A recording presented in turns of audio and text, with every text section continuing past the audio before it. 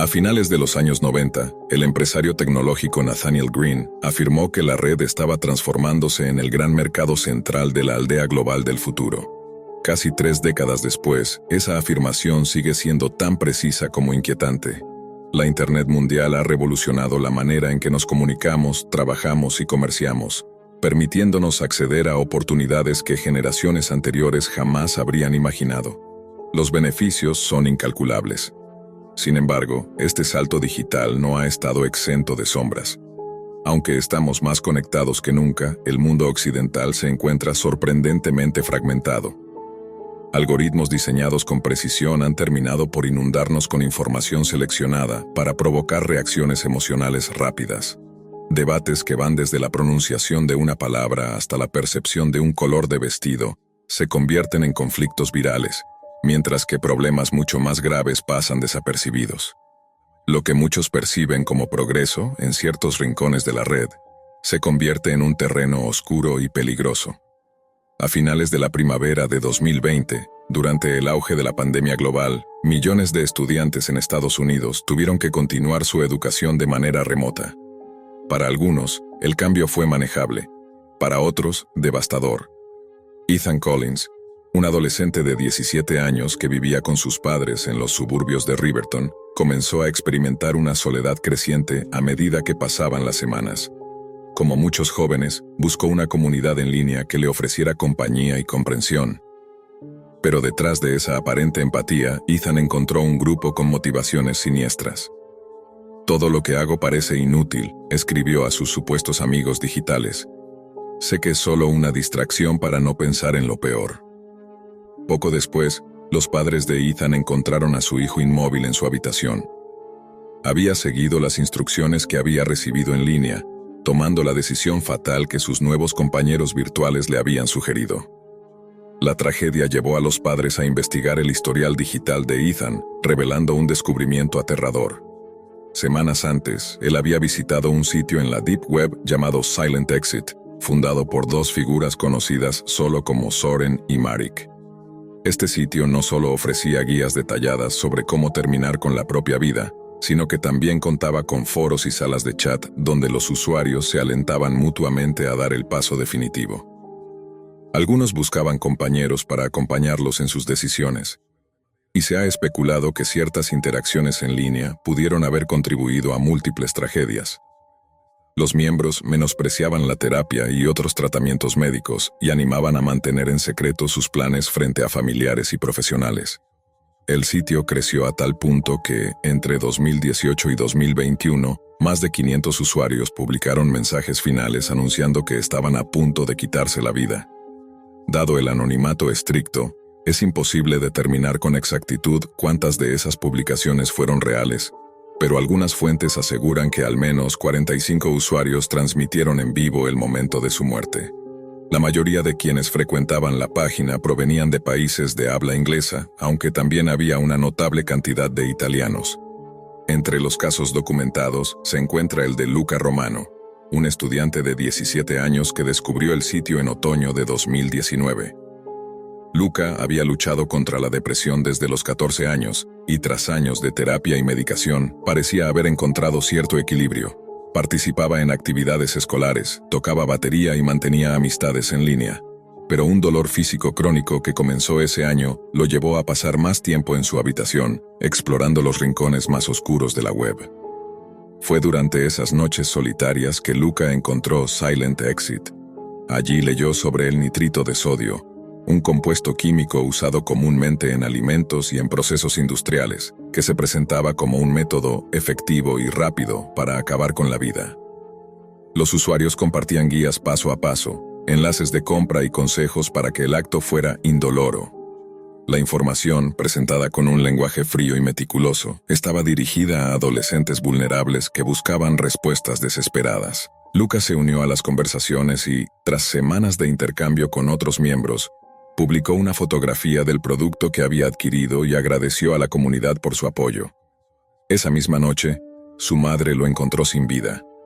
La combinación de anonimato, accesibilidad de información peligrosa y la aparente camaradería en línea había creado un entorno mortal. El sitio, lejos de ser cerrado, siguió operando con modificaciones menores. Los fundadores trasladaban servidores constantemente, eliminaban rastros de identidad y se aseguraban de que las publicaciones de despedida desaparecieran tras un periodo determinado, supuestamente para proteger la privacidad de los usuarios. En la práctica, esto impedía que las familias tuvieran algún tipo de cierre. El caso de Luca es solo un ejemplo dentro de un patrón perturbador. Investigaciones posteriores revelaron que personas de todo el mundo, especialmente adolescentes, encontraron en este espacio un refugio para sus pensamientos más oscuros, alentados por una comunidad que normalizaba la muerte como solución. Las autoridades enfrentaban enormes dificultades. La jurisdicción internacional, el anonimato de los usuarios y la naturaleza descentralizada de la Deep Web convertían cualquier intento de acción legal en un desafío casi imposible. Expertos en seguridad digital y psicología alertan que la proliferación de sitios como Silent Exit representa un riesgo creciente. La facilidad con la que se puede acceder a información mortal y la presión de comunidades virtuales crean un escenario donde la vulnerabilidad se encuentra con la instrucción letal, y los jóvenes, como Luca, son las víctimas más frecuentes. A medida que las investigaciones avanzaban, las autoridades descubrieron que Silent Exit no era simplemente una página más dentro de la Deep Web. Se trataba de un proyecto meticulosamente estructurado, con servidores distribuidos en distintos continentes, manejado por un grupo de administradores que rara vez interactuaban con los usuarios. Todo parecía automatizado, publicaciones programadas, mensajes de bienvenida generados por inteligencia artificial y un sistema de cifrado diseñado para borrar conversaciones después de 30 días. Uno de los investigadores, el analista digital Marcus Hale, describió el sitio como una máquina de convencer, una red que no vendía productos, sino ideas peligrosas disfrazadas de consuelo. Lo más alarmante era la frialdad con la que se manipulaba la psicología de quienes buscaban ayuda. Hale y su equipo lograron infiltrarse en uno de los servidores espejo del portal, descubriendo un conjunto de archivos con conversaciones entre los administradores. En ellas, los fundadores Soren y Marik discutían sobre estadísticas: cuántos usuarios nuevos llegaban, cuántos mostraban señales de decisión y cuántos completaban el acto final. No hablaban de tragedias, sino de porcentajes. Era un sistema deshumanizado, donde cada vida se convertía en un número dentro de un registro anónimo. Pese a los esfuerzos internacionales, el sitio continuó reapareciendo bajo distintos nombres y dominios. La Deep Web lo devoraba y lo escupía con nuevas identidades, como si se resistiera a morir. La comunidad migró a plataformas cifradas y los administradores lanzaron versiones móviles y foros privados con invitación. Nadie sabía quién estaba detrás realmente, ni cuál era el propósito final de quienes mantenían el proyecto vivo. Un año después de la muerte de Luca Romano, la madre de otro joven, una mujer llamada Amelia Wright, se contactó con periodistas independientes para compartir su historia. En los mensajes recuperados del ordenador de su hijo, se encontraba un enlace hacia un nuevo dominio: sleepwellnetwork.onion. En la página de inicio aparecía un texto breve: nosotros no persuadimos, solo escuchamos. Aquí, nadie te juzga. Era la misma estética, el mismo formato, los mismos usuarios con nombres de perfil casi idénticos a los anteriores. Algunos incluso hacían referencia directa a antiguos miembros de Silent Exit. La diferencia era una sola. Ahora el sitio funcionaba mediante invitación personal. Alguien tenía que recomendarte. Lo inquietante es que las invitaciones no se enviaban por correo electrónico ni redes sociales, sino a través de mensajes que aparecían misteriosamente en foros públicos, como si una inteligencia artificial rastreara palabras clave y ofreciera acceso solo a quienes mostraban vulnerabilidad emocional. La policía cibernética trató de seguir el rastro, pero cada intento terminaba en callejones digitales, proxies múltiples, cifrado dinámico y servidores alojados en regiones sin legislación sobre delitos informáticos. Mientras tanto, en la superficie, los padres de las víctimas comenzaron a organizarse. Crearon fundaciones para advertir sobre los peligros de la Deep Web, sobre cómo algunos espacios no solo muestran lo oscuro del ser humano, sino que lo alimentan. En charlas y conferencias repetían una frase que se volvió símbolo de su causa: la red que conecta al mundo también puede desconectarlo de la realidad. Lo que muchos no sabían es que, en silencio, los fundadores seguían activos. Uno de los analistas que investigó el caso reveló un último hallazgo antes de retirarse del proyecto. Cada vez que un dominio de Silent Exit o Sleepwell Network desaparecía, otro nacía desde una dirección distinta, siempre con el mismo código de base. En una de las copias encontraron un comentario escondido dentro del código fuente. No era una instrucción técnica, era una frase. Decía: los que buscan salida no son víctimas, son reclutas. Y la red nunca olvida desde entonces.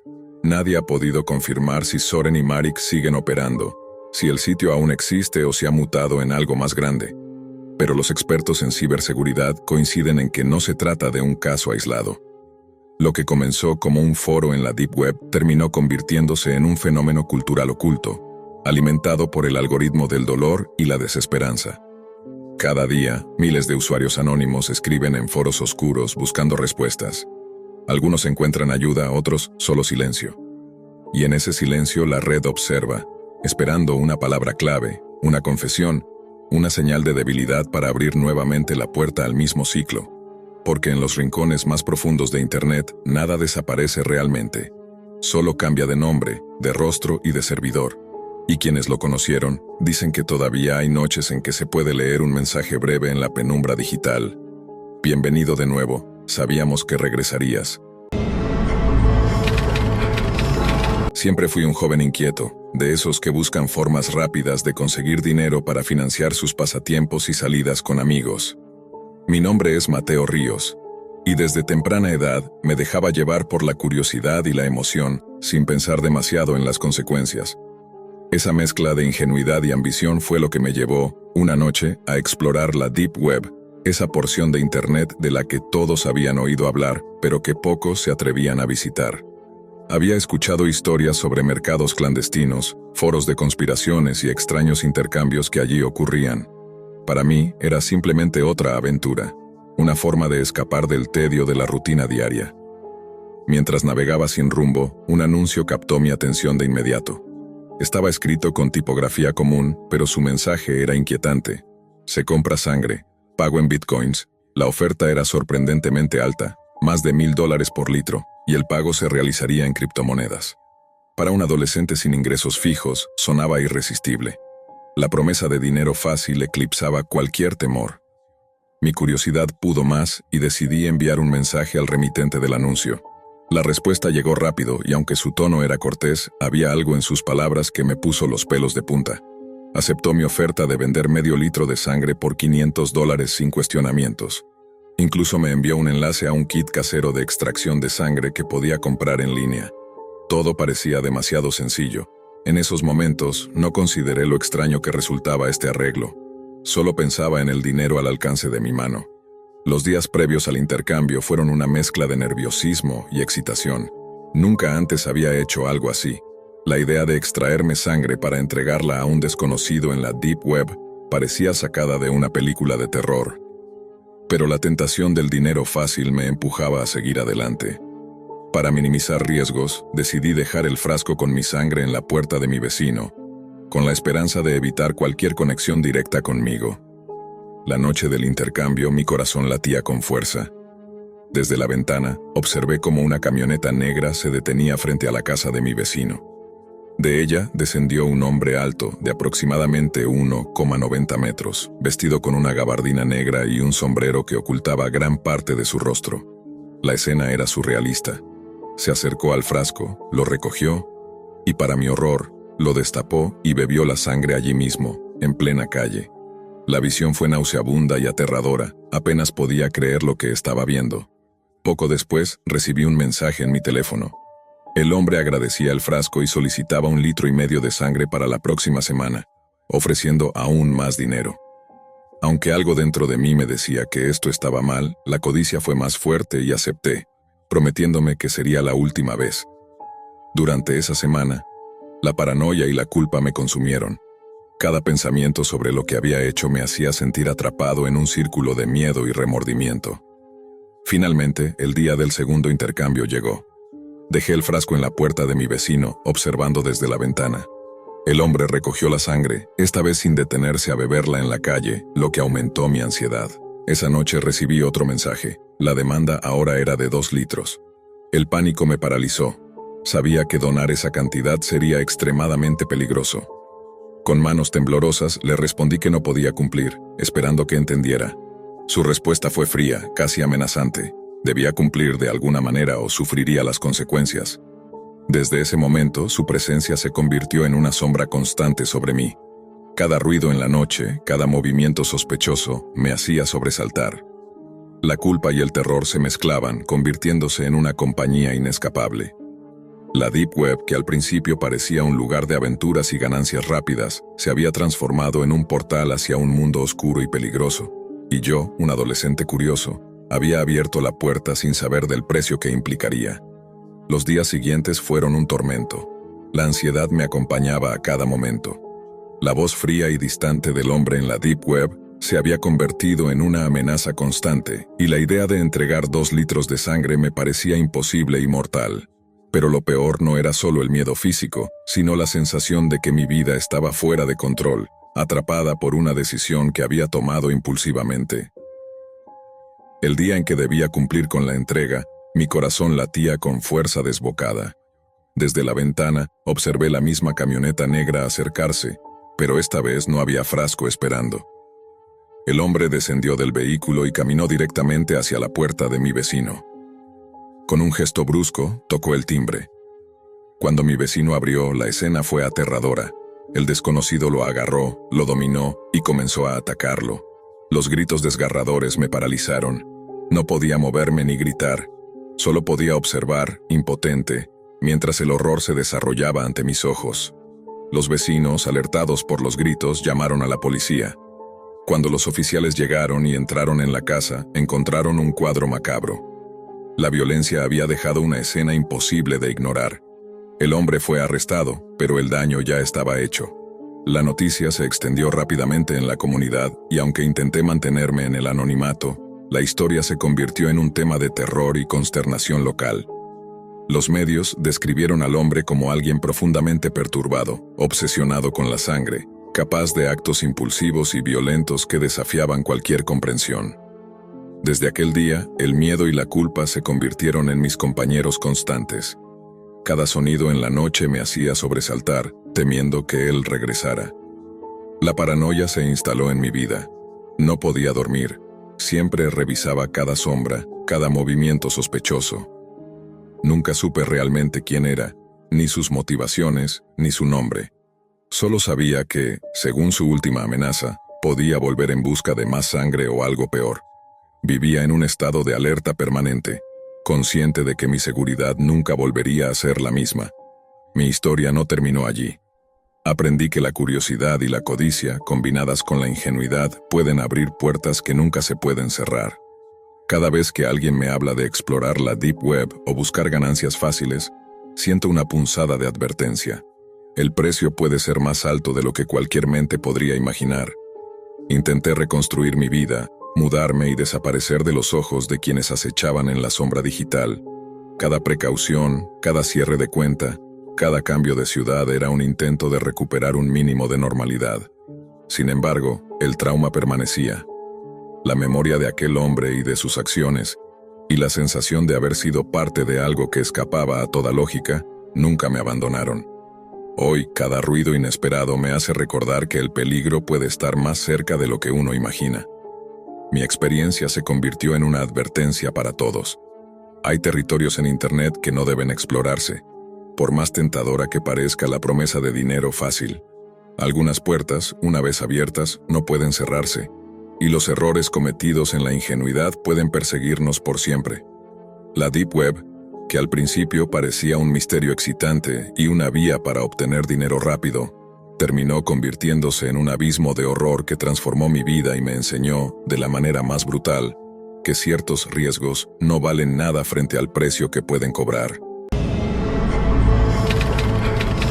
Nunca imaginé que mi curiosidad me arrastraría tan lejos. Todo empezó una noche cualquiera, cuando el silencio de mi habitación se volvió demasiado denso y la pantalla del computador parecía llamarme con una insistencia casi viva. Había leído sobre los rincones ocultos de Internet, sobre esa zona sin reglas donde se decía que podías encontrar cualquier cosa. Información prohibida, foros secretos, experimentos, confesiones, grabaciones, Y sí, la famosa Deep Web. No entré buscando algo específico, lo admito. Fue más bien la mezcla de aburrimiento, insomnio y esa curiosidad tonta que te hace sentir invencible cuando en realidad estás a punto de hacer algo de lo que no podrás volver. La primera vez que logré conectarme usando Tor, sentí una especie de adrenalina difícil de explicar. El simple hecho de estar donde no debía me daba una sensación de poder, como si hubiese cruzado una frontera invisible. Al principio todo parecía inofensivo. Foros sobre tecnología, comunidades que compartían archivos antiguos, gente hablando de criptografía y privacidad. Pero poco a poco, los nombres de los enlaces se tornaron más oscuros, más extraños. Uno en especial llamó mi atención, The Grey Room Archive. No sé por qué entré. Quizás por ese instinto que te empuja justo hacia lo que te da miedo. La página era sencilla, casi rudimentaria. Un fondo negro, texto blanco y una lista interminable de grabaciones. No había títulos descriptivos, solo códigos y fechas. Las advertencias eran claras. Contenido sensible. Accede bajo tu propio riesgo, pero en la Deep Web, esas advertencias se vuelven invitaciones disfrazadas. Reproduje el primer archivo y aunque el video parecía antiguo, la nitidez era perturbadora. No había sonido, solo el zumbido del ambiente y una cámara fija. Un hombre, de rostro cubierto, se sentaba frente al lente y hablaba con gestos pausados. No entendía el idioma, pero algo en su tono transmitía calma y amenaza al mismo tiempo. Luego la imagen cambiaba. Había otro sujeto, desnudo de cintura para arriba, visiblemente nervioso, y detrás de él, una mesa con instrumentos metálicos. Apagué el video de inmediato.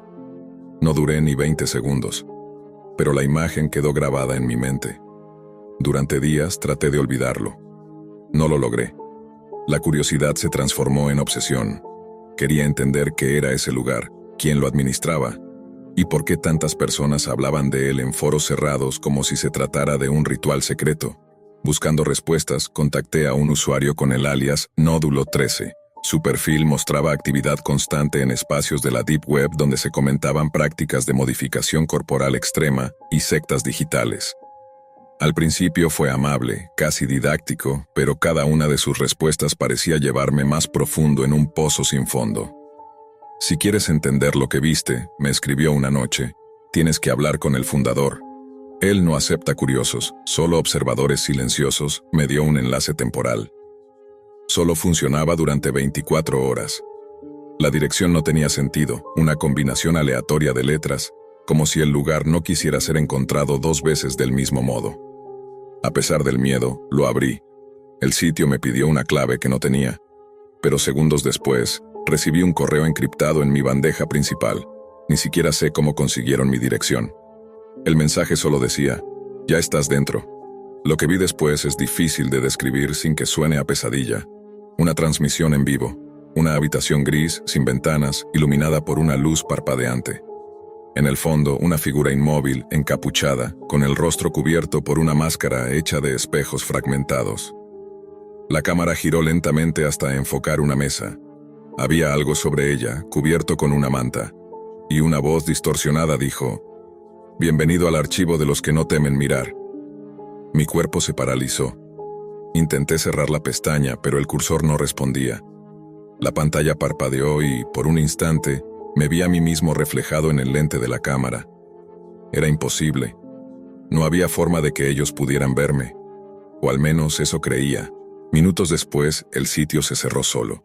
Y en mi escritorio apareció un archivo nuevo, sin nombre. Lo abrí por inercia. Contenía una serie de coordenadas, fechas y un texto breve. Esto apenas comienza. Desde esa noche, algo cambió en mí. No solo por lo que vi, sino por lo que sentí. La sensación de que alguien, en algún rincón de la Deep Web, sabía exactamente quién era yo. Que la línea entre observador y observado se había desvanecido por completo. Pensé en eliminar todo, formatear el equipo, desaparecer cualquier rastro. Pero los correos seguían llegando, siempre desde direcciones imposibles de rastrear.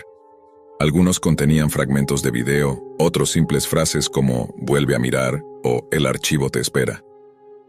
Fue entonces cuando comprendí que lo que había abierto no era solo un enlace, era una puerta. Y al cruzarla, dejé algo de mí del otro lado. Durante días traté de convencerme de que todo había sido una alucinación provocada por el cansancio o por la sugestión, pero cada intento de racionalizarlo me llevaba de nuevo al mismo punto. Aquel archivo con coordenadas seguía ahí. No importaba cuántas veces lo borrara, reaparecía solo, idéntico, con el mismo texto. Esto apenas comienza. El miedo se mezcló con la obsesión. Quería entender, quería respuestas. Así que, contra todo sentido común, volví a sumergirme en la Deep Web. Esta vez con más cuidado. Usé una VPN, cambié de sistema operativo, limpié cada registro. Pero eso no sirvió de nada. Los mensajes seguían encontrándome. Era como si alguien o algo conociera cada uno de mis movimientos, incluso antes de que yo los hiciera. Decidí escribirle de nuevo a Nódulo 13, el contacto que me había guiado hasta The Grey Room Archive. Su perfil había desaparecido, pero encontré un foro donde varios usuarios mencionaban su nombre. Lo describían como una especie de reclutador, alguien que seleccionaba personas con una mezcla muy específica de curiosidad y vulnerabilidad.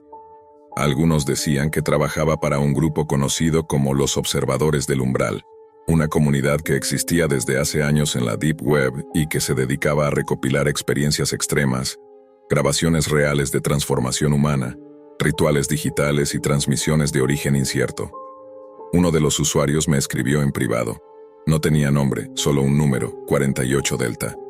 Su mensaje decía: si él te contactó, ya estás marcado. No busques salir. La única manera es mirar hasta el final. Esa frase me dejó helado. Aún así, algo dentro de mí, tal vez la misma curiosidad que me había llevado hasta ese punto, me hizo seguir leyendo. 48 Delta me envió un enlace cifrado con instrucciones para acceder a un canal oculto de chat. Decía que allí podría encontrar a otros que habían pasado por lo mismo. El canal parecía vacío, pero después de unos minutos comenzaron a aparecer mensajes. Nombres en clave, saludos en idiomas distintos, símbolos que no entendía. Y entre todos ellos, una frase repetida como un mantra: la cámara nunca se apaga. Durante horas observé cómo los usuarios compartían capturas de pantalla, códigos, fragmentos de transmisiones.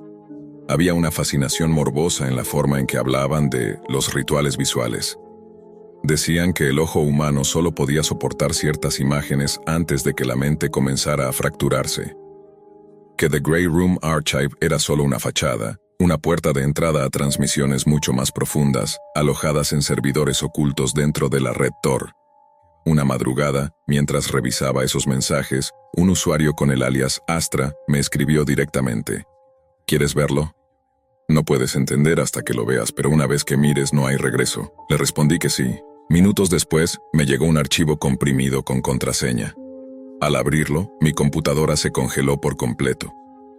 La pantalla parpadeó y luego quedó completamente negra. Pensé que había colapsado el sistema, pero no. El monitor comenzó a encenderse y apagarse como si alguien estuviera controlando la frecuencia. Luego apareció un rostro. Era el mismo de la máscara hecha de espejos. Solo que esta vez hablaba directamente hacia mí. No se oía una voz clara, solo un murmullo distorsionado. Una mezcla entre respiración y susurro digital. Sin embargo, pude distinguir algunas palabras. Ya te habíamos visto antes. Estás del lado correcto del lente. Sentí una presión en el pecho. No era miedo, era otra cosa. Algo más profundo, más primitivo. Cerré la tapa del portátil y me quedé quieto, escuchando cómo el ventilador del equipo seguía girando solo. Desde entonces, cada vez que enciendo el computador, esa imagen aparece por unos segundos antes de cargar el sistema operativo. No importa qué dispositivo use, siempre pasa. Días después, encontré algo peor. Revisando mi correo, vi una carpeta nueva llamada Transmit. Dentro había un solo archivo de video. Lo abrí. Era una grabación en mi propia habitación. Desde un ángulo alto, como si alguien hubiese instalado una cámara sin que yo lo notara. Me vi durmiendo, moviéndome inquieto, despertando de golpe en medio de la madrugada. El video terminaba con un acercamiento hacia mi rostro y un texto sobre la imagen. La cámara nunca se apaga. Dejé de dormir por completo.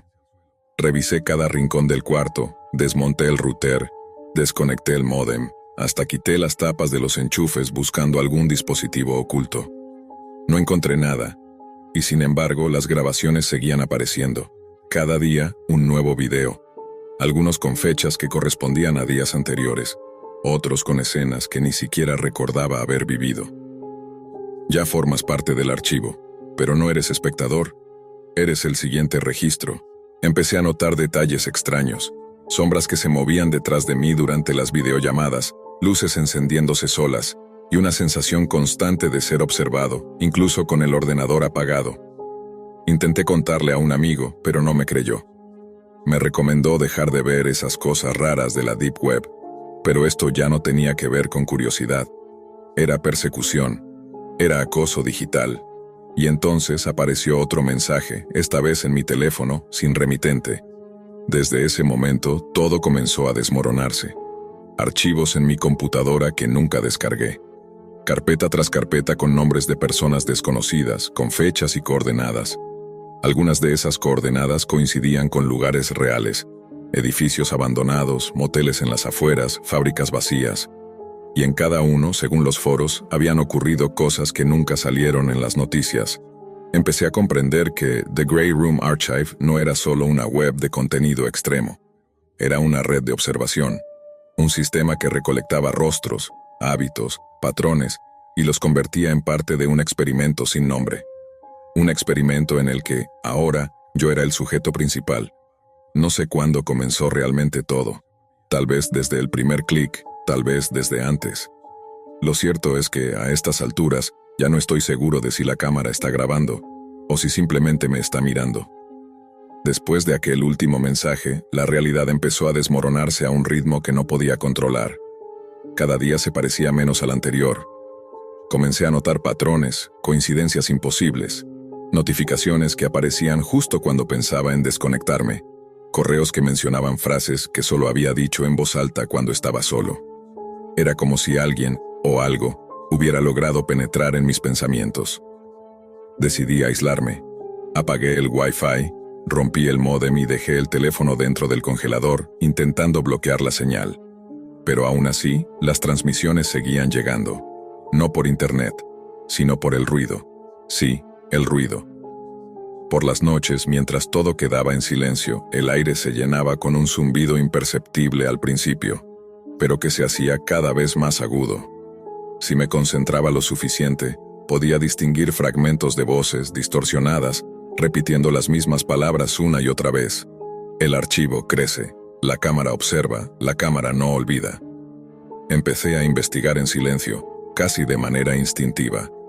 Usando un viejo portátil sin conexión, recopilé lo que había encontrado sobre The Grey Room Archive y sobre aquel grupo del que algunos hablaban en los foros. Los observadores del umbral. Cuanto más leía, más claro quedaba que lo que yo había vivido no era un caso aislado.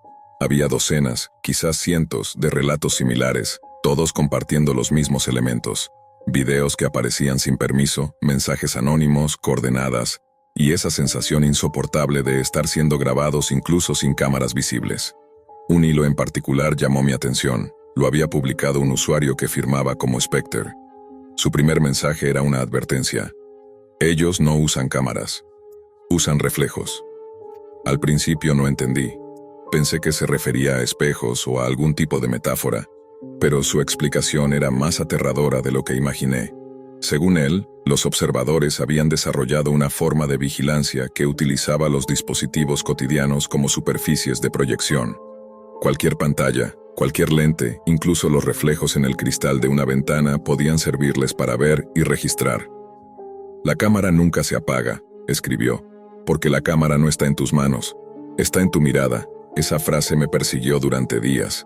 Comencé a cubrir todos los espejos de mi casa, a apagar los monitores, incluso a dormir con una manta sobre la cabeza.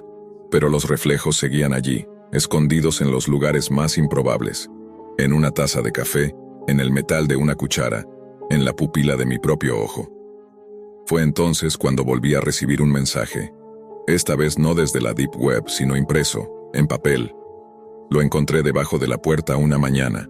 En él solo una frase escrita con una caligrafía limpia y casi elegante. No se trata de verte, se trata de que te reconozcas. Junto al papel había una fotografía. En la imagen aparecía yo, sentado frente a mi escritorio, observando la pantalla con una expresión que no recordaba haber tenido nunca. Pero lo peor no era eso. Detrás de mí, borrosa pero inconfundible, estaba la figura con la máscara de espejos. El miedo se volvió físico. Comencé a sentir que algo respiraba en los rincones, que las sombras se movían de forma antinatural. Pero no podía huir. Cada intento de escapar se convertía en un regreso. Las coordenadas que aparecían en mis archivos conducían a lugares que conocía: la esquina de mi calle, un edificio frente a mi ventana, incluso el parque donde solía caminar por las tardes. Era como si el mapa se estuviera cerrando sobre mí, como si el archivo se alimentara de mi propia rutina. Empecé a grabarme a mí mismo, con la esperanza de encontrar alguna evidencia tangible. Durante horas dejaba la cámara encendida, enfocando cada rincón del apartamento. Al revisar las grabaciones, descubrí algo perturbador. A veces, por un solo cuadro, mi rostro aparecía duplicado. Un segundo yo que no se movía al mismo ritmo, que parecía observarme desde el otro lado del lente. Cuanto más lo analizaba, más convencido estaba de que ese reflejo no era un error de cámara. Era otra entidad, sincronizada conmigo, pero no completamente humana. Buscando respuestas, entré de nuevo a los foros ocultos. Allí encontré un mensaje nuevo, con el sello de The Grey Room Archive. Decía: fase 3 completada. El sujeto ha cruzado el umbral. Preparar la transmisión final. No había duda, hablaban de mí. Pasé los días siguientes sin dormir, vigilando cada sonido. Pero la madrugada del tercer día ocurrió algo distinto.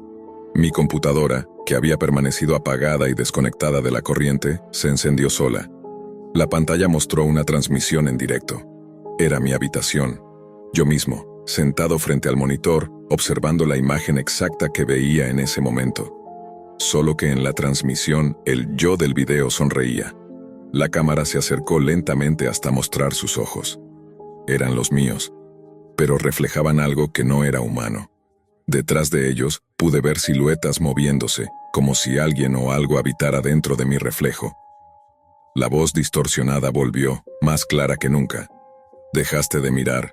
Ahora nosotros miramos por ti, y entonces entendí que la cámara nunca se apaga porque no está afuera. Está adentro. Desde ese momento no hay día en que no escuche el zumbido en las paredes o vea parpadear la luz de los dispositivos apagados. A veces creo que los reflejos me observan incluso cuando cierro los ojos. La Deep Web no era el destino, solo el pasillo. Detrás de ella hay algo más grande. Algo que no solo quiere ser visto, sino recordado. Nunca supe en qué momento crucé el punto de no retorno. Aquella madrugada el aire se sentía pesado, casi sólido, y el resplandor azul del monitor parecía absorber la poca cordura que me quedaba. El video seguía en pausa, detenido justo en el instante antes del grito. La Deep Web estaba en silencio, pero era un silencio engañoso, porque sentía que algo me observaba detrás de la pantalla. Intenté cerrar el navegador. El cursor se movía con lentitud, como si algo lo resistiera. De pronto la ventana se minimizó sola y apareció un mensaje en el chat cifrado. ¿Por qué paras? Aún no termina. No recordaba haber dejado ningún chat abierto. Intenté desconectarme del Wi-Fi, pero la señal volvió por sí sola. El cursor comenzó a escribir sin mi intervención, letra por letra. Nos gusta cómo gritas cuando tienes miedo. Mi corazón se aceleró. Apagué el ordenador bruscamente y arranqué el cable de corriente, pero la pantalla siguió encendida por unos segundos más, mostrando una transmisión en directo. En ella, alguien me estaba grabando desde fuera de mi ventana. Reconocí la silueta. Era idéntica a la del sujeto que aparecía en el primer video, el que había subido a aquel foro oculto con la etiqueta Human Experiment Live. Salí corriendo hacia la calle. No había nadie. Ni un sonido, ni un coche. Pero el aire estaba cargado de esa sensación de vigilancia invisible. Revisé mi teléfono y encontré un nuevo mensaje en una app que jamás había instalado. La cámara que nunca se apaga, ya estás dentro. El nombre del remitente era el mismo usuario que me había enviado el primer enlace de la Deep Web. Lo borré, o eso creí, pero cada vez que encendía el teléfono, el mensaje aparecía de nuevo, incluso con el móvil apagado. Empecé a cubrir las cámaras con cinta, a tapar los espejos, a desconectar los cables. Sin embargo, las pantallas parpadeaban por las noches, mostrando fragmentos de mi habitación grabados desde ángulos imposibles. Un día decidí enfrentarme al origen. Volví a conectarme usando una red anónima, convencido de que debía eliminar todo rastro de mi perfil. Pero el servidor me redirigió automáticamente a una sala oculta. The Loop 33. Allí solo había una transmisión en vivo, la mía. Me vi sentado frente al ordenador, exactamente en el momento presente, con un retraso de apenas unos segundos. La imagen se duplicaba infinitamente, como si cada movimiento mío generara un eco dentro de esa red subterránea. Escuché pasos detrás de mí, suaves, calculados.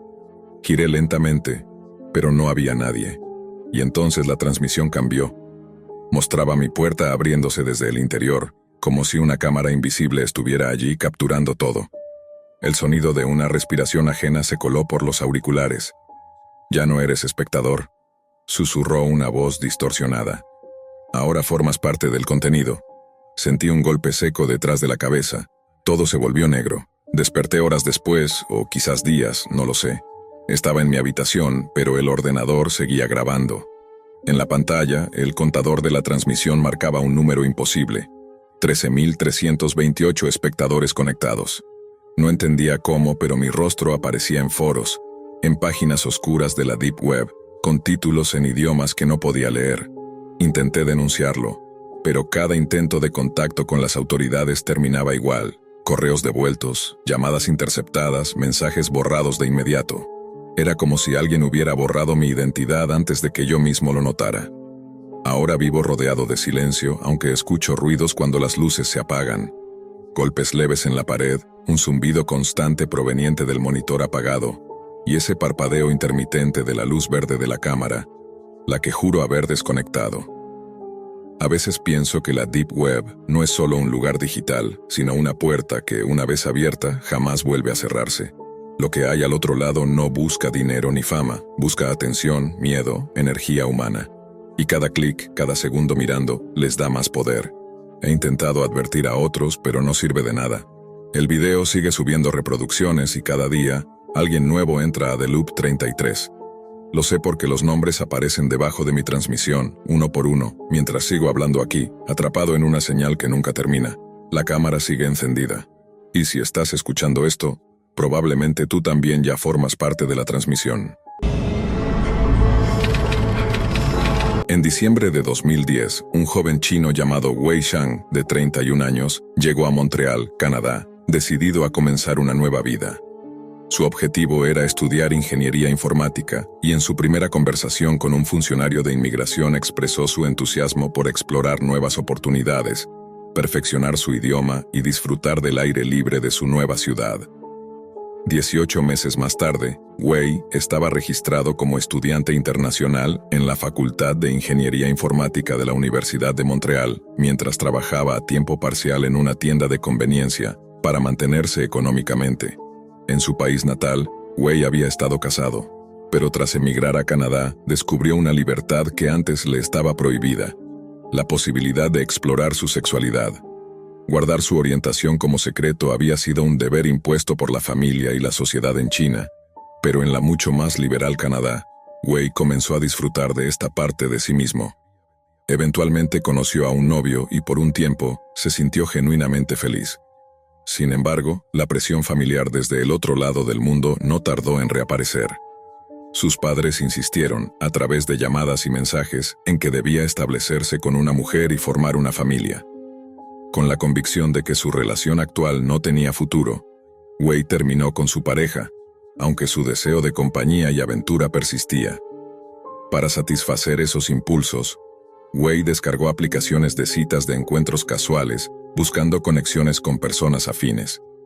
Fue allí donde conoció a Julian Marchand, un hombre canadiense de 33 años, alto, de cabello rubio y ojos penetrantes. En la vida real se llamaba Eric Lambert, pero en las aplicaciones de citas se hacía llamar Julian Magnus. Nacido en Ontario en 1982, Julian había sido el mayor de 3 hermanos. Su infancia estuvo marcada por una madre obsesionada con la limpieza y el control, al punto de que los animales domésticos de la familia pagaron un precio trágico por cualquier desorden. A los 12 años, tras el divorcio de sus padres y la enfermedad mental de su padre, Julian tuvo que mudarse a vivir con su abuela en un pequeño pueblo de Ontario. Durante su adolescencia, Julian comenzó a desarrollar problemas de conducta y finalmente fue diagnosticado con esquizofrenia. Recibía un subsidio gubernamental mensual, lo que le permitió no depender del trabajo regular.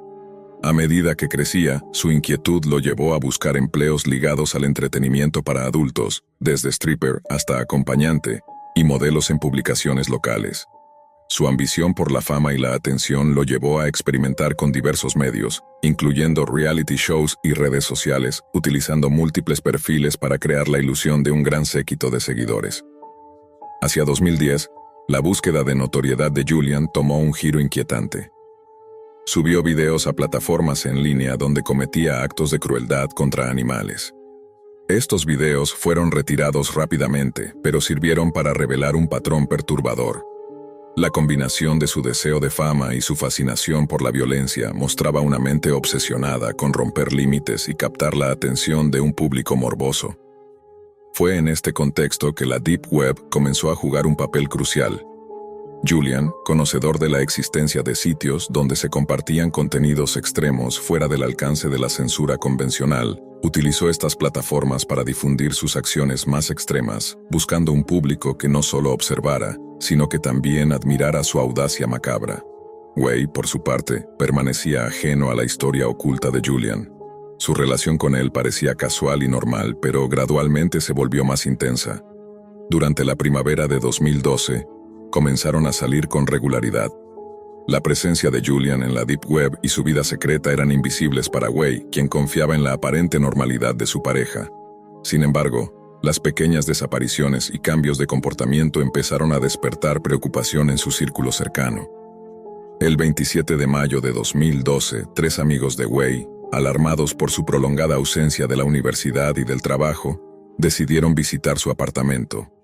Lo que encontraron no les permitió calmar sus temores. Su amigo había desaparecido. Preocupados, contactaron a la policía para reportarlo como desaparecido. La investigación inicial llevó a los oficiales a revisar las cámaras de seguridad del edificio de Wei. Las imágenes revelaron algo inquietante. La última vez que se le vio fue el 24 de mayo, entrando en su apartamento junto a Julian Magnus. A partir de ese momento, la policía comenzó a conectar puntos que hasta entonces habían permanecido invisibles. Mientras tanto, Julian continuaba con su vida aparentemente normal, manteniendo una fachada social activa y participando en eventos locales, mientras secretamente consolidaba su audiencia en la Deep Web, donde su contenido más macabro atraía a seguidores fascinados por el horror y la transgresión. Allí, sus actos no solo eran compartidos, sino que se convertían en una especie de espectáculo virtual cuidadosamente calculado, lejos de la vista del público convencional. A medida que avanzaba la investigación, la policía comenzó a darse cuenta de que la desaparición de Wei no era un caso común. Revisando registros y contactos, emergió un patrón inquietante. Julian Magnus no era simplemente un joven con una vida excéntrica, sino alguien que había cultivado una obsesión peligrosa por el control, la fama y la violencia, y la Deep Web era su plataforma secreta. Allí no solo compartía contenido extremo, sino que también encontraba un público que reforzaba sus conductas más oscuras, ofreciendo admiración donde la sociedad convencional habría reaccionado con repulsión. Los investigadores empezaron a rastrear la actividad digital de Julian, descubriendo cuentas bajo seudónimos múltiples que parecían coordinar toda su red de seguidores. Cada perfil estaba diseñado para parecer independiente, pero todos convergían en un mismo objetivo: amplificar su notoriedad. En estos espacios virtuales, Julian no solo mostraba videos de maltrato animal, sino que también comentaba sobre crímenes de alto perfil, creando una especie de catálogo de obsesiones macabras y modelando su comportamiento según los criminales que más admiraba. Mientras tanto, la rutina de Wei se interrumpía de manera alarmante. Después de varias semanas sin aparecer en clases ni en el trabajo, sus amigos comenzaron a presionar más. El 27 de mayo, su apartamento fue revisado por los 3 amigos más cercanos, quienes sintieron inmediatamente que algo terrible había ocurrido. La puerta cerrada y el silencio absoluto dentro del apartamento contrastaban con la vida vibrante y sociable que Wei había llevado hasta entonces. La policía fue notificada y un equipo forense comenzó a inspeccionar la escena, descubriendo los primeros indicios de un crimen cuidadosamente planeado. A través de las cámaras de seguridad del edificio, se confirmó que Way había ingresado al apartamento acompañado de Julian Magnus el 24 de mayo.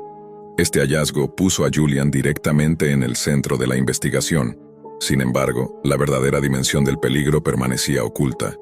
Mientras las autoridades se movían con cautela, Julian parecía completamente ajeno a que alguien lo estuviera siguiendo. Continuaba con su vida social, asistiendo a eventos y manteniendo interacciones normales en público, mientras simultáneamente tejía su red en la Deep Web, donde su contenido morboso circulaba entre un público secreto y entusiasta. Fue precisamente esta combinación de audacia y anonimato lo que permitió a Julian operar durante meses sin ser detectado. Los forenses encontraron rastros mínimos de violencia en el apartamento, cuidadosamente planeados para minimizar pruebas. Sin embargo, la inspección detallada reveló pequeñas pero inquietantes pistas. Manchas de sangre cuidadosamente ocultas, restos de objetos manipulados con precisión y signos de planificación meticulosa, como si cada movimiento estuviera calculado para generar miedo y fascinación al mismo tiempo. Entre las pruebas digitales, la policía encontró comunicaciones encriptadas que vinculaban a Julian con sitios de la Deep Web especializados en violencia explícita. Allí, su reputación había crecido, y sus seguidores más obsesionados compartían información sobre cada uno de sus movimientos. Fue en estos espacios donde se empezó a ver una escalada en la audacia de Julian. Ya no se trataba solo de maltrato animal, sino de un patrón de planificación para crímenes humanos, documentados y diseminados de manera que solo quienes conocían los rincones más oscuros de Internet podían acceder. Cada mensaje y video encriptado contenía un rastro sutil de su psique. Referencias a películas, escenas de crimen famosas y símbolos que solo un observador entrenado podía descifrar. El contraste entre su apariencia de joven atractivo y su vida secreta en la Deep Web generaba un efecto perturbador, multiplicando la intriga y el desconcierto entre quienes comenzaban a seguir la investigación. La red de contactos de Julian en la ciudad también empezaba a revelarse. Se sabía que buscaba víctimas potenciales en ambientes sociales aparentemente inocuos, utilizando aplicaciones de citas y círculos de confianza para atraer personas que parecían desprevenidas. Way, sin saberlo, se convirtió en el objetivo ideal. Joven, nuevo en la ciudad, con curiosidad y confianza hacia su pareja, y sin un vínculo sólido con la familia cercana que pudiera alertarlo sobre el peligro que se cernía. Mientras la policía recopilaba pruebas, los investigadores comenzaron a notar un patrón. Los crímenes de Julian parecían estar planeados para maximizar la exposición en línea y, a la vez, ocultar la identidad de los observadores reales. La Deep Web no era solo un espacio de distribución, sino un laboratorio psicológico donde Julian experimentaba con miedo, morbo y fascinación pública, probando los límites de lo que podía hacer sin ser atrapado. La intriga aumentó cuando un correo electrónico anónimo llegó al detective a cargo del caso, advirtiendo que lo que estaba a punto de descubrir sería extremadamente difícil de digerir.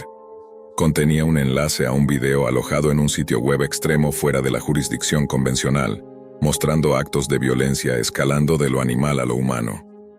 Aunque aún no se había confirmado la identidad de la víctima, los investigadores sintieron que estaban en la antesala de algo mucho más oscuro de lo que jamás habían imaginado.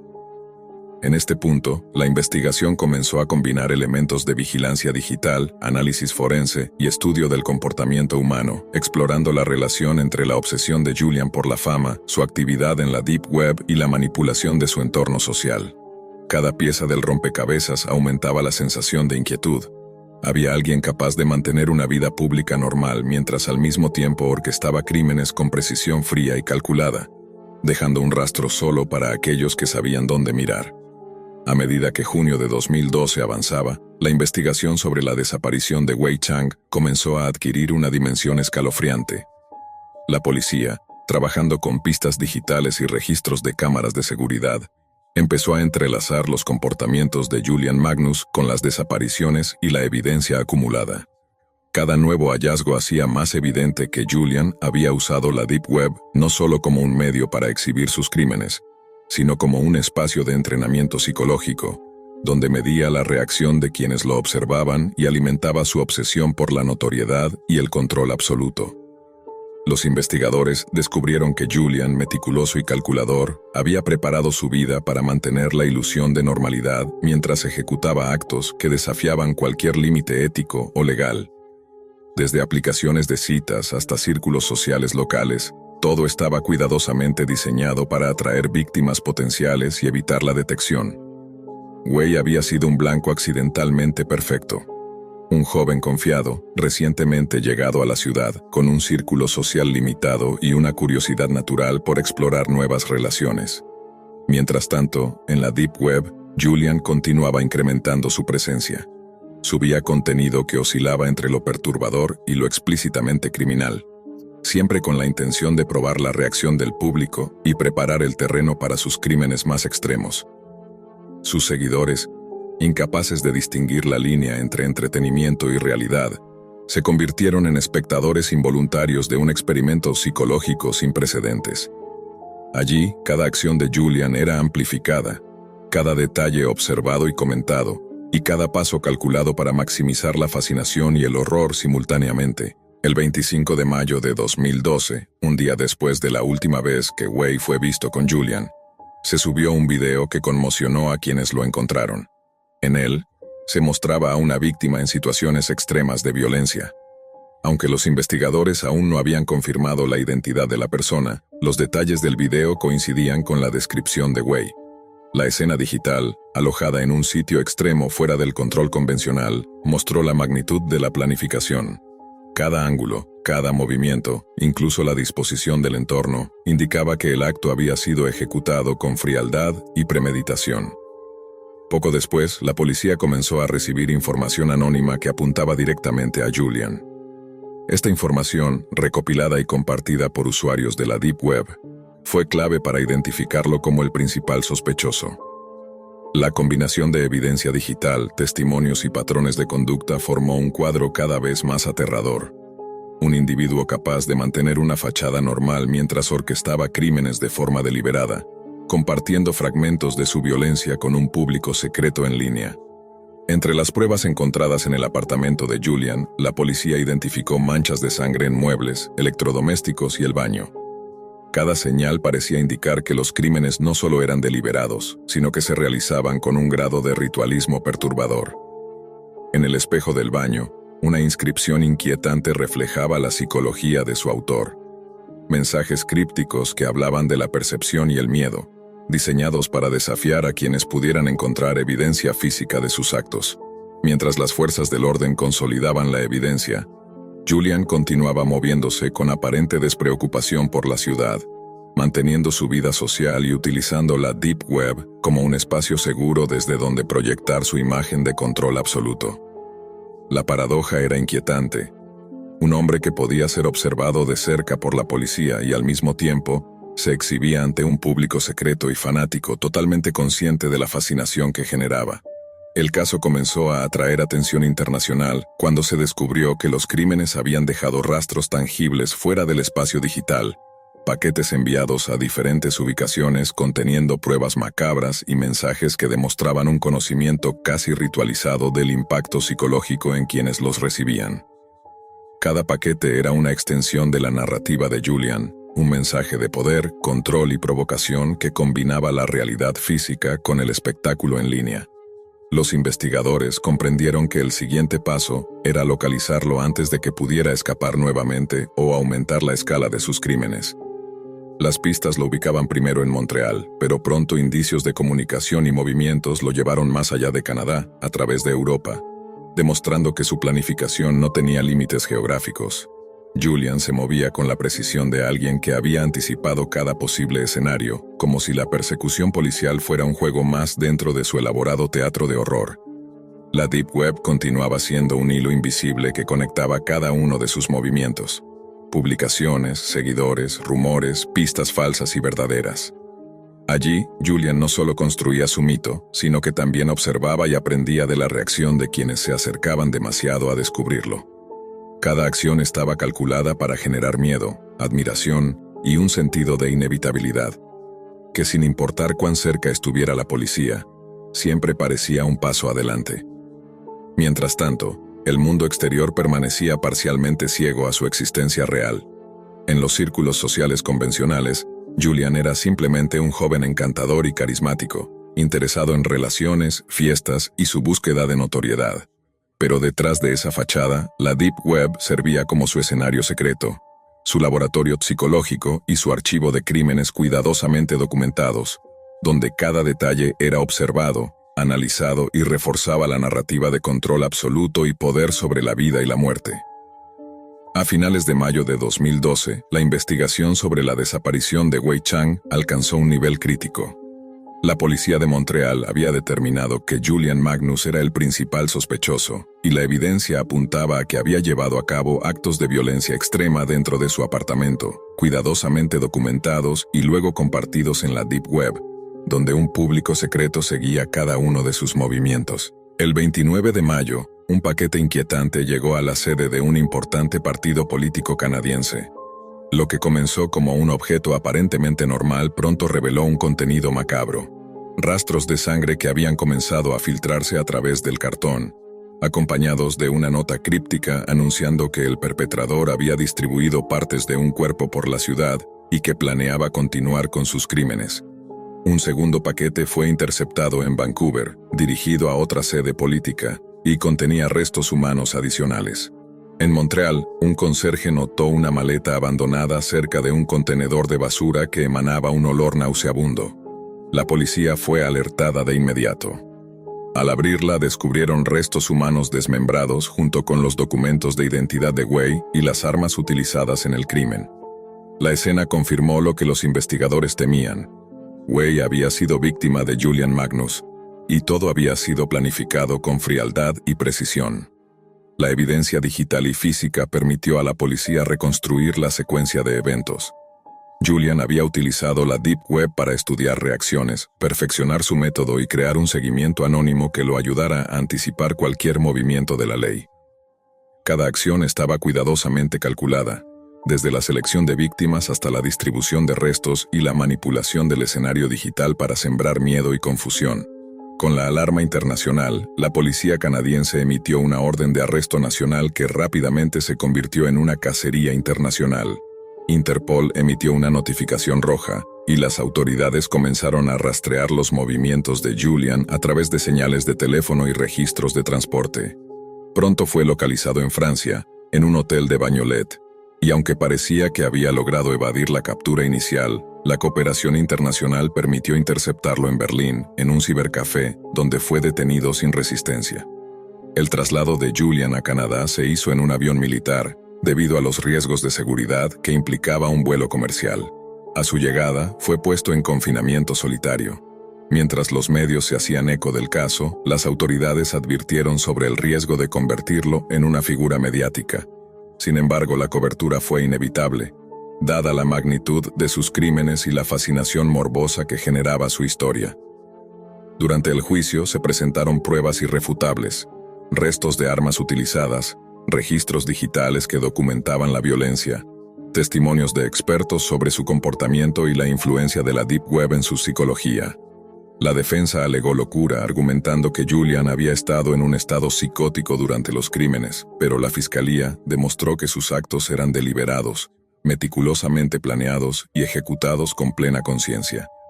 El veredicto final fue condenatorio. Julian Magnus fue sentenciado a cadena perpetua, sin posibilidad de libertad condicional por 25 años, con sentencias adicionales concurrentes que consolidaron más de 3 décadas de encarcelamiento. La justicia reconoció la magnitud del daño, la premeditación y la frialdad con la que operó, y su obsesión con la fama y el control se consideró un factor agravante. El caso dejó un impacto duradero en la opinión pública y en la manera en que las autoridades perciben la Deep Web. La historia de Julian Magnus sirvió como advertencia sobre los peligros de un espacio digital donde los límites éticos son difusos y donde individuos con trastornos graves pueden cultivar seguidores, planear crímenes y manipular a su público de manera secreta. También evidenció cómo la combinación de audacia, planificación y anonimato digital puede permitir que los actos más atroces pasen desapercibidos durante meses, incluso frente a la vigilancia activa de la policía. El cuerpo de Wei Zhang fue incinerado tras una vigilia a la luz de las velas, a la que asistieron sus familiares, mientras la ciudad aún procesaba la magnitud de los crímenes. La investigación y el juicio de Julian Magnus se convirtieron en referencia internacional sobre la interacción entre crimen, psicopatía y la utilización de la Deep Web como herramienta de notoriedad y control. Al final, el caso no solo resolvió un asesinato brutal, sino que también dejó una lección inquietante. En la era digital, la línea entre lo público y lo secreto puede ser manipulada por aquellos que saben cómo usarla, y la fascinación por la violencia, amplificada en la Deep Web, puede convertirse en un instrumento de terror tan real como cualquier arma física.